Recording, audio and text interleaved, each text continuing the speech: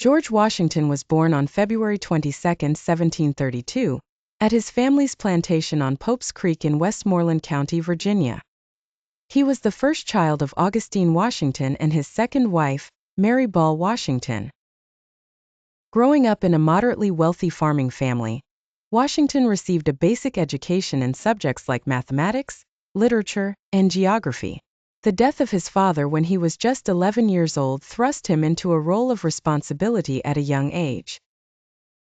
Starting at 16, Washington's career as a land surveyor in Virginia's Culpeper County provided him with practical experience and a significant income, enhancing his social standing.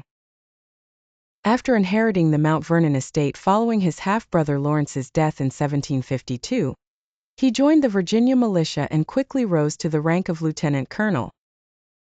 His early military experience began with a dangerous mission in 1753 to deliver a message to the French, marking the start of his involvement in the conflict over North America.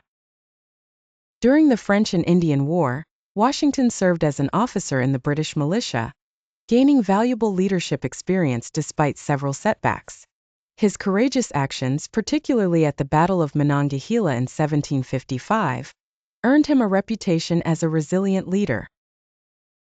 On January 6, 1759, Washington married Martha Dandridge Custis, a wealthy widow, which significantly increased his wealth and social standing.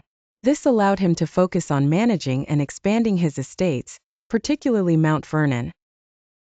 Although it relied heavily on enslaved labor, a complex aspect of his legacy. As tensions with Britain escalated in the 1760s, Washington became increasingly concerned about policies like taxation without representation. His election as a delegate to the First Continental Congress in 1774 marked the beginning of his political leadership.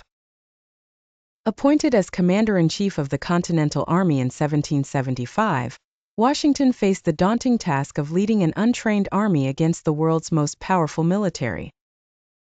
Despite many challenges, his strategic leadership led to key victories, including the surprise success at the Battle of Trenton in 1776, and the pivotal victory at the Battle of Princeton in 1777. His resolve was tested during the harsh winter at Valley Forge in 1777 to 1778, but he maintained the morale of his troops. The turning point came in 1781 when, with the help of French forces, Washington achieved a decisive victory at the Siege of Yorktown.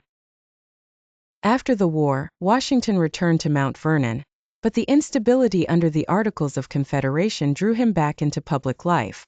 He played a crucial role in the Constitutional Convention of 1787, and was unanimously elected as the first President of the United States in 1789.